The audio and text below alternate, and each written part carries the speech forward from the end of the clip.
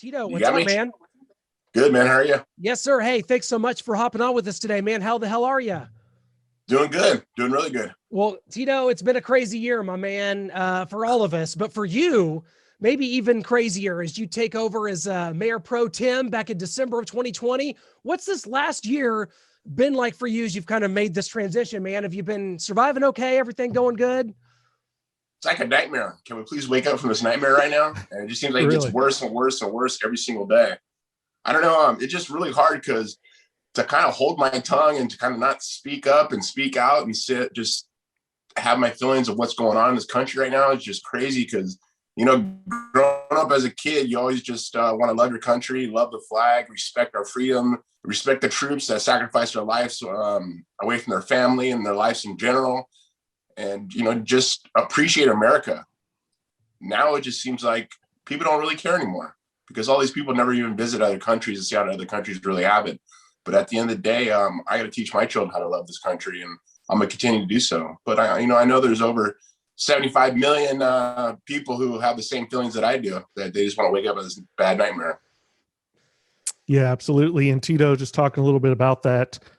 I mean, you've been very vocal about being an unabashed Trump supporter and conservative. At what point in your career did you really realize that you had these political aspirations? I don't think it was really aspirations. I just, once again, just being a patriot to this country, being a patriot to my city, and being a great father to my children.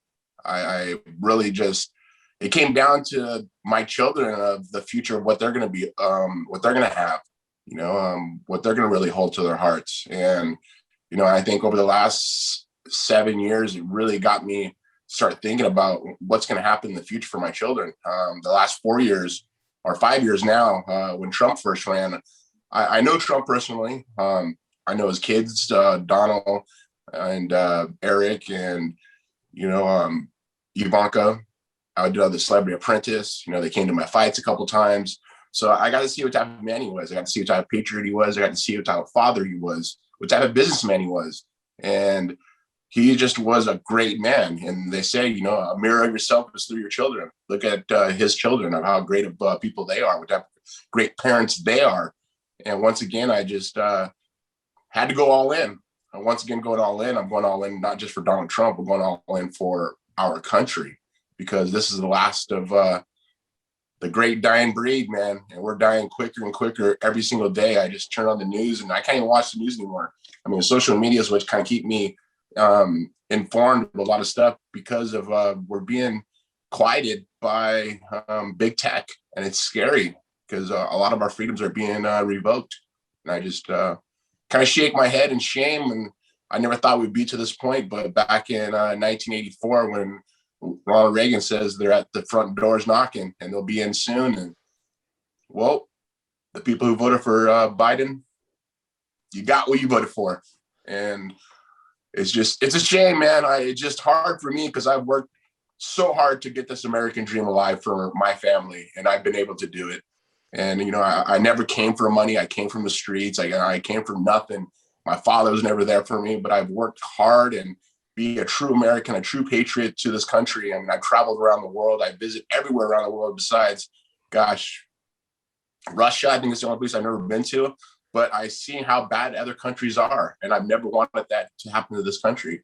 Well, it's a slap in the face every morning I wake up because it's happening now. And with open borders, the things that are happening, the laws that are passing, $1.9 trillion going out, and only 700 billion of that money is actually, not even 700 billion is going to the United States. And now we're taking care of other countries. And I just sit back and I just shake my head. And it's like, what other countries ever gave money to the United States? Yeah, and I'll hold my breath, and I'll probably die holding my breath. But it's just embarrassing, man. We should take care of ours. As a kid growing up, I remember watching, kids in Ethiopia not be able to eat, and you should donate your money. You should donate to this. You should donate to that. Well, there's that same situation happening here in America, and we should take care of our people first. And and people say, "Oh, that's xenophobic or racism." No, it's about taking care of your country, taking care of the infrastructure in the beginning, and then we can help other people. Let's worry about us first. Homeless is a huge crisis here in the United States, and now all of a sudden with open borders, that's another crisis happening on the border. And I have a lot of Border Patrol friends who are sitting there like, Tito, man, we're having a hard time because it's a bunch of children that are coming over. Parents are just pushing their kids across the border, and we're taking care of them, you know. And it's a lot of media doesn't want to cover it, but at the same time, I just shame on them. Shame on all those people that don't cover it. Shame on all those people that let this happen. A lot of lives are going to be lost. Not only lives, businesses are being lost because of this COVID-19. Yeah. Not one time in my life the government ever told me how to eat healthy. Not one time in my life the government ever told me to take care of my body and how to do it right. I had to learn it myself. Now all of a sudden they're telling us how to live, of wearing a mask, and people want to wear a mask. That's your choice. That's the choice that we have as Americans. But at the end of the day, I really think a lot of people need to wake up. If they haven't woke up yet, they'll never wake up. And I just once again, it's hard to live every single, I'm going to say hard to live. It's hard to accept what's happening right now because I have learned to love this country so much. And I feel bad for a lot of my friends who are special force guys and who are troops who sacrificed their lives. And they did it for the freedoms of America. And now it's almost gone. And I'm hoping that I just wake up this nightmare. I don't know. I'm just going to continue to work hard and just do the right thing. Like I say, I got to kind of throw my hands up in the air. I'm just going to start here at the city level and see where it goes from there. Or even if it goes further from there. Once again, I on city council of Huntington Beach, and say it's nonpartisan, and it's far from that. You can know who the Democrats are, you know who the Republican or rhinos are. And I don't know. I'm learning as I go. I'm just a patriot who's just trying to help my city and hopefully wake up a lot of people in this country to know what we're really going to lose, because we're going to lose a lot really, really quick. I mean, it's only been 2.5 months that Biden's been in office, and some of the things he's done, I just shake my head in shame. Because once again, it's not about Donald Trump. It's not about the orange man or, the racist, the xenophobic. He's not that. He's neither of those things.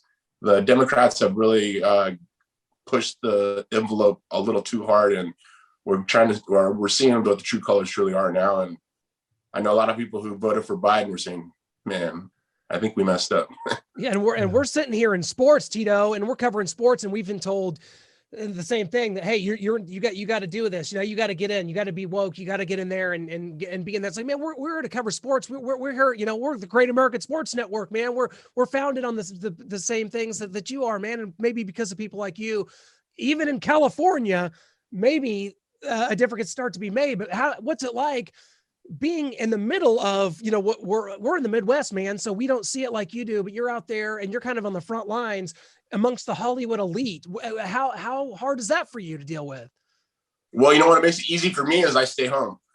I live in Huntington Beach. It's a very conservative city. And when I do go out and about, a lot of the constituents that are here in Huntington Beach are like, Tito, thank you for being a voice.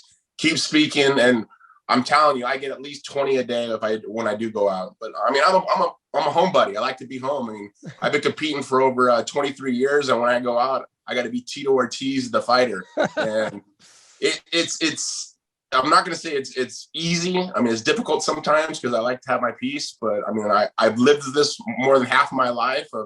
This is what I accept. This is what I got myself into. And, doing autographs and taking pictures, answering questions. I've always been there for the fans since day one. And all the fans who are friends of mine, they know who the true Tito Ortiz is. They know what I do and what type of man I am. I'm an Aquarius to a T.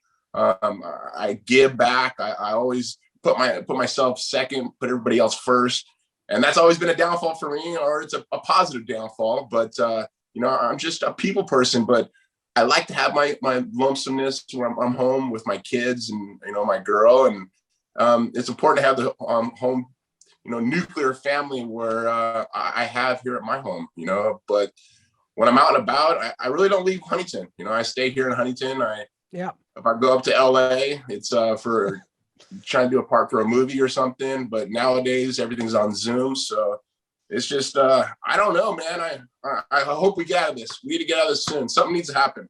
I don't know. It's just, I think it's a lot bigger than what people think it is. And I know you guys are a sports channel. So, talking about fighting and everything or mixed martial arts in general.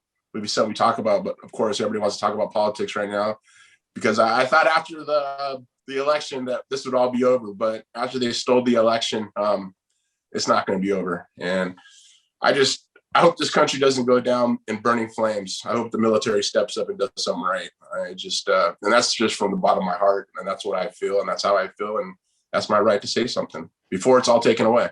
Mm. No, absolutely. You said it well. And we're right there with you, hoping something changes before it's too late, because we're kind of heading down that path, like you mentioned. And man, we do not want to see that come to what this great country America is. But Tito, you talked a little bit about your career there. Can you take us back to 1997? It's UFC 13. You really didn't have much experience in the octagon yet. You find yourself on that card. I mean, talk about kind of the emotions that you had and you felt and the experience that you gained from that event. Wow. I'm not going to say that was I'm not going to say it felt like a long time ago, but it was a long time ago. And it really doesn't feel like a long time ago. I was a freshman in college at junior college wrestling. I was a state champion. And I was very dominant in wrestling. I didn't know how to punch. I didn't know jiu-jitsu. I went to Clever Luciano's jiu-jitsu place here in Huntington Beach to go test myself, to kind of see if I knew jiu-jitsu or how I could handle myself from not getting submitted or anything. And I went in there and he says, "Oh, Tito, here, put this gi top on." I go, "All right." So I rolled with them, and he caught me in an arm lock in like 10 seconds, caught me another arm lock in like 30 seconds, got me in like 40 seconds, got me in like a minute, got me like 2 minutes and 3 minutes, then 5 minutes, then 10 minutes. He's like, "You're learning really, really quick." I'm like, "Can I come back tomorrow?" He's like, "Oh, yeah." Well, later on, I kind of realized, he's like, "Man, you were so damn strong. You never got tired." He goes, "This kid's going to be really, really good." So that was the beginning of my jiu-jitsu part that I was able to put in. The striking, I knew a little bit just because of street fighting. I knew a little bit, but not at the technical point of boxing. I learned that later on in my career. But I think the emotions I had was just fear. I had fear. And I fought in the UFC 13, May 30th, 1997 for free because I didn't want to lose my scholarship for wrestling. And I thought in my mind is just, don't stop moving, you won't die. And it was kind of the mentality of a great white shark. You know, if they don't stop moving, they don't die. They always got to move. They always got to move. And I remember being in the cage and looking back and forth, and it was Wes Albritton, and just thinking my brain was just, man, Tito, don't stop moving and just attack, and don't give me any offense. And that's what happened. And 20 seconds later, the match was over. You know, referee pulled me off, and talk about a endorphin kick like I've never felt before. You know, I had 10,000 people screaming, "Tito, Tito." And I was a kid that was an amateur and never fought before. And talk about that euphoria of being a champion mentality. That's what I felt on that one fight. And I remember walking back in the dressing room, or walking to the dressing room, and people were asking for my autograph and everything. I was like, "Autograph? What the hell do you mean autograph?" But, you know, I signed a couple as I thought I would sign.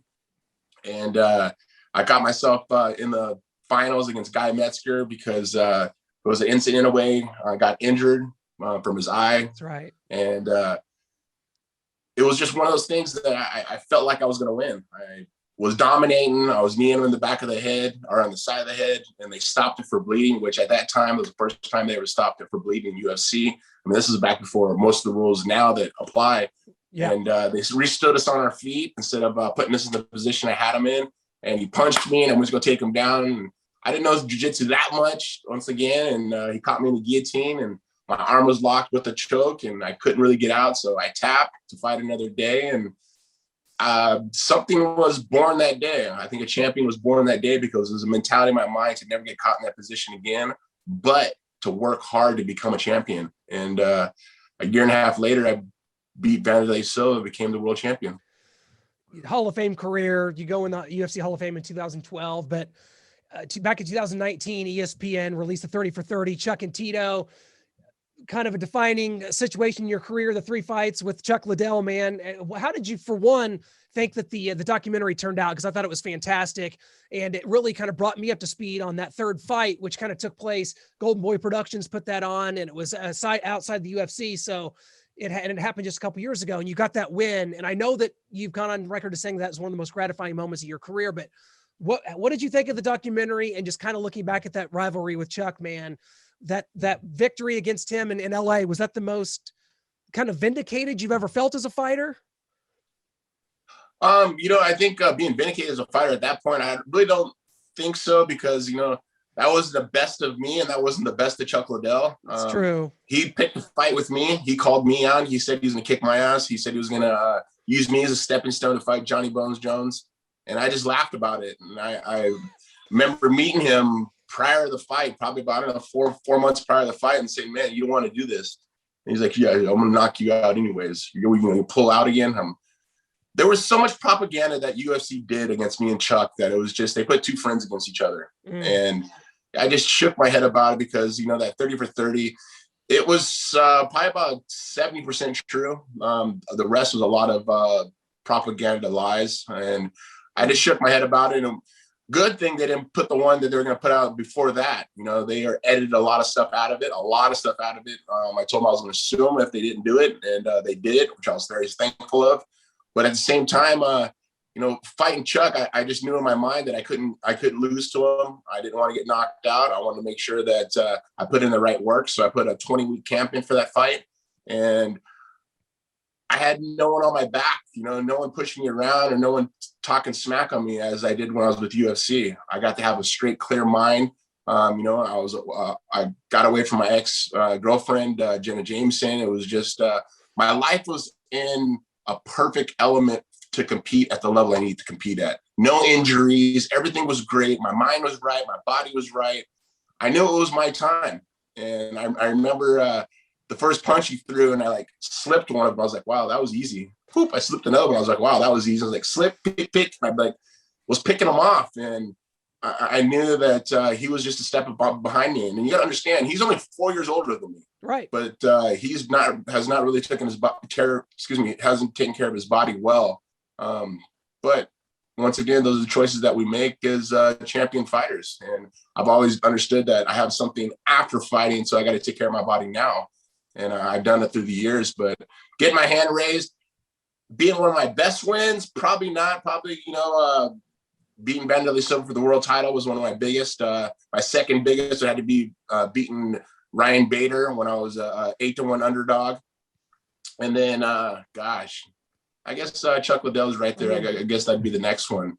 But once again, I'm not taking nothing away from Chuck. He came in, he said he put in a great camp. I put in a great camp, and the best man won. Absolutely. And Clint mentioned a little bit there, your entrance into the UFC Hall of Fame in 2012. You're truly just one of the sport's first big mega stars, along with Chuck Liddell, Randy Couture, Ken Shamrock. How do you feel like the sport stacks up today versus the early days? The early days, the guys are more fighters. The guys really want to get in there and put on a show. Not only just characters, but tough fighters that would want to stand in the pocket and punch. And there's a few of those guys now. Just this last week, I watched some really good fights. But I think they really watered down a lot of the fighters just because they want to pay them more money.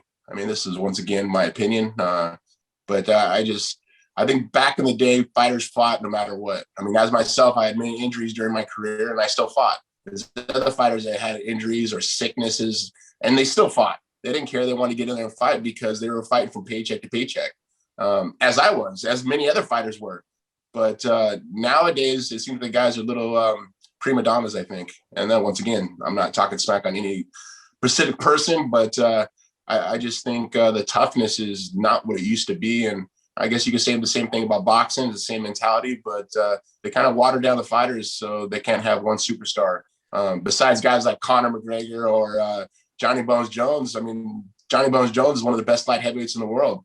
Conor McGregor is one of the best talkers in the world, former champion, and he's won some great fights. And you can't take nothing away from him because they're both champs. But guys like I think about it, Triple C. I dig him because he's cringy, but at the same time, he when he comes to fight, he brings the fight. And he's a former Olympian that he has that mentality of having a mentality of a champion Olympic wrestler and trains that way, presents himself that way, and competes that way. And that's you can't ask for any more.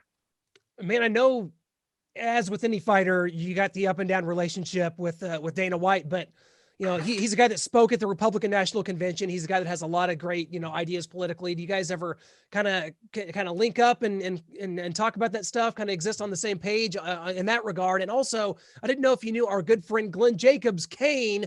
He's the mayor of Knox County, kind of reminds me of you, kind of got into the politics game. Of course, he wrestled as Kane in WWE. Now he's a Republican mayor in Knox County. I didn't know if you ever crossed paths with him. No, I haven't. I've always been a big fan of him.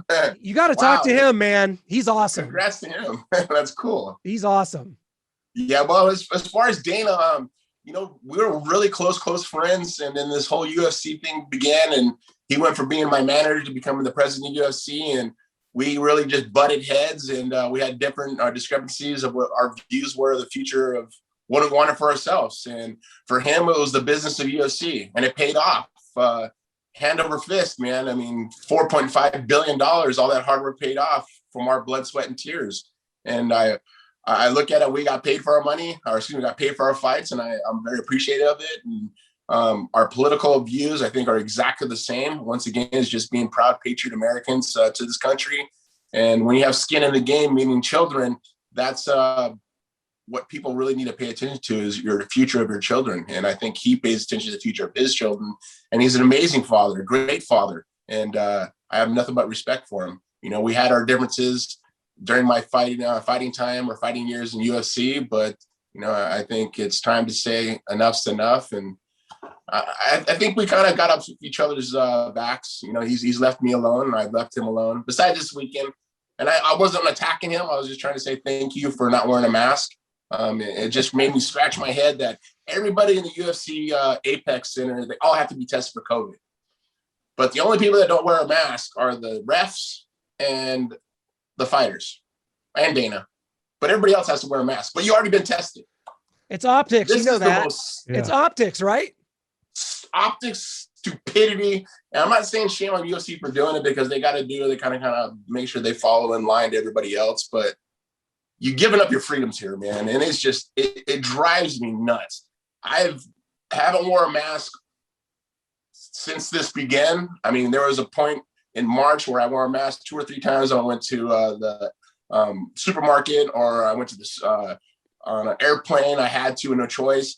But I've never worn a mask. I haven't been sick. I've been around people who've had COVID. I haven't got sick.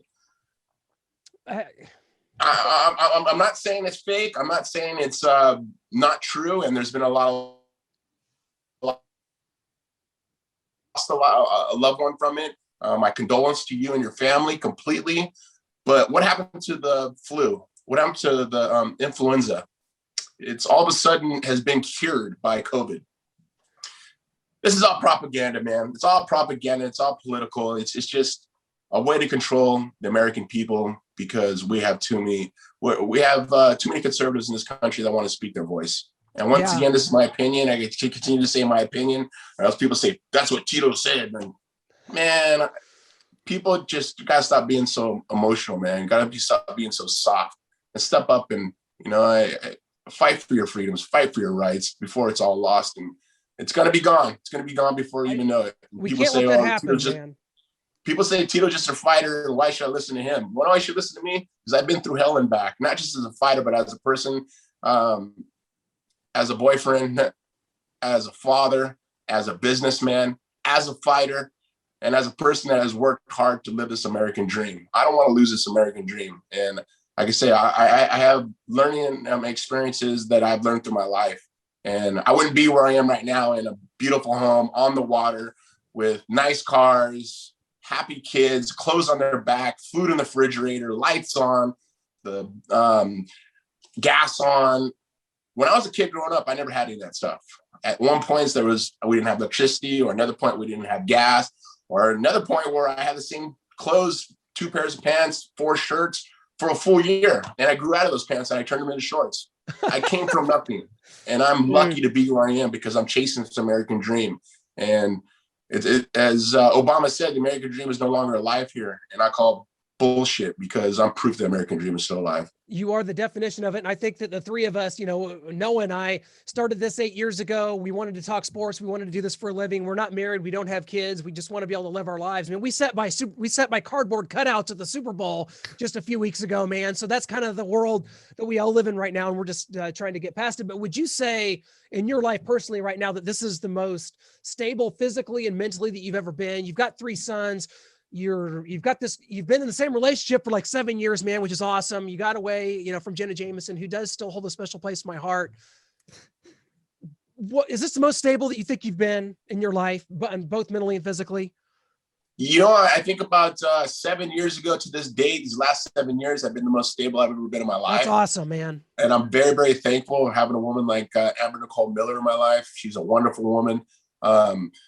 Mother of my children, she dropped everything in Las Vegas. She came out here and lived with me, and she took care of me as I got knee surgery, and she helped me take care of my children. And I'm very thankful because we're both on the same page. My kids, they got their goals. They have their chores in their house they have to do. They got to make sure their bed's made every morning. They got to make sure they wash their dishes after they're done eating. They do their own cooking also, but we cook too. But when they get check marks, meaning like if they leave underwear on the floor, if they don't make their bed, if they don't put away the toothpaste the right way, we put marks. So if they get marks, they got to do dusting, they got to clean the windows. We give them chores, and it's important. I think that's how a lot of children need to be brought up. You can't give them everything, and I give them everything when they get straight A's. Like God, it was three months ago, and this Zoom class teaching that they're in is very difficult for any child, I can only imagine. But for my kids, it was really hard because they're so used to being hands-on with the teacher.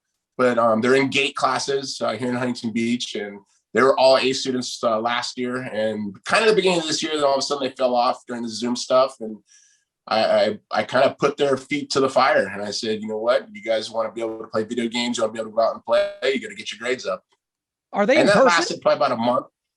Excuse me? Are they going in person? Are they in person at school? Or only 2 days a week. They go 2 days a week. Yeah, 2 days a week on Thursday, Fridays. But Monday, Tuesday, Wednesday, they have class for 2 hours a day, which is just, they're dumbing down our children. We got to get back. Simple. Yep. All these teachers in the unions, they don't want to go to school because of fear of catching COVID.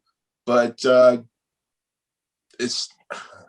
not a doctor, so I understand that what they're trying to push, and I get it. And children ain't going to catch it from any other. Once again, if this was such a deadly pandemic, I call it a plandemic, I would have got sick, because during my campaign, I ran for 3 months. I never wore a mask once. I took 4 days off in those 3 months, and I went to almost every house in Huntington Beach. I probably visited anywhere from 20 to 25,000 people, shaking hands. No one ever wore masks during that time, and no one got sick. At least I didn't get sick, or anybody I knew didn't get sick. And I just, it's sad right now because my kids are paying for it. My kids are in GATE classes. They work so hard to get in GATE classes. They work so hard to get the point they are in this life. And I want to make sure that their future is as grand as I've made my future. And I'm going to continue to do it. And they need to get back into school. It's important. All kids need to get back into school. Yes, people need to stop being so subdued to be quiet. People need to speak out more. People need to raise their voice and be heard, and not be shamed by others. I mean, that's what it is. People are just being shamed, so they're afraid to speak up. And I don't give a shit. I've been shamed my whole career. I'm used to it. It's nothing new to me. And people said they said that when I got into politics, at Tito, man, they're going to bring some stuff about you that no one ever knew. I go, cool. I've already said it. I've said everything. I've made mistakes. I bumped my toe a bunch of times. I've got up. I've cleaned myself off, and I haven't made a mistake twice. I've only made a mistake once. And once you make a mistake twice, it becomes a decision. But, I made some bad decisions. I made some very bad decisions, but I paid for them, and I never done them again. But once again, it's just one of those things that I think America needs to step up and fight for what we believe in and what we need for the future of our children, for the future of our freedom, for the future of us as Americans and patriots of this country. Well, we need people like you, man. And while Twitter will allow it, we want everyone to make sure you go follow Tito at Tito Ortiz on Twitter. We'll see how long I've had to follow you like 3 or 4 different times because they keep they keep disconnecting us, so to speak. Yeah. I'm sure that's just well, on my Instagram also, they do the same thing too. And you right. Put in Tito Ortiz 1999. Once again, it's Tito Ortiz 1999. If you don't put that in, you will not find me. But they just quieted me completely. What they do is I mean, I can't say it's against our rights because I mean that's a private company, they can do what they want. But for what they're doing, it shows that you're really speaking the truth. When you try to say the truth, they try to hold you back and shadow ban you. And I'm being shadow banned completely. I went from having 352,000 people follow me to down to 343,000 people follow me. And this last 2 weeks, I've been let out of Instagram jail because I went from a minus 97% interaction to a plus 525 percent interaction. So it's crazy that it's just I've been let out of jail, I think, but they're still trying to shadow ban me. And I just keep spreading the truth, man. I just try to be an honest man. Like I say, I got to look in the mirror at the end of the night and I got to say if I've done something right and make sure I don't do things wrong because my children are looking up to me. And I got to be a great father because my father's never there for me. Well, thanks for doing it, man. You do it for people like us and you do it for all the real patriots around America. Tito, thanks so much, my friend. Continued success. If you live in Huntington Beach, California, keep voting for people like Tito Ortiz and we'll get people like Gavin Newsom out of here, man. And we'll keep people like you in there. That sounds like a plan to me, man. So thank you so much. Yes. I mean, it's important. And people keep saying, Tito keeps saying the truth, keep saying being the voice. I don't want to say I'm sick of being the voice, but now as I'm putting to every one of you listeners and you viewers is to you guys. You guys need to be the voice. Everybody needs to be heard. Right. You're right. Don't be shut up. Don't let anybody tell you to shut up. Don't tell people to shame you. Speak up. And it's important. And don't feel like you're shamed because you know what? We're fighting for our country. We're fighting for the future of our country. So many military, police officers, first responders, the people that are sacrificing their lives to give us a great country, but I fight for them and fight for the future of our children. Thank you so much, man. Continue success. We'll talk again soon. Take her easy, my friend. God awesome, man. I appreciate it. Now I should be fighting by, I think this summer. So you'll be seeing some more information. Check it out. Absolutely. We'll be getting that out there. Can't wait, man. We'll talk soon. Yes, sir. It was an honor. Yes, sir. Thank you.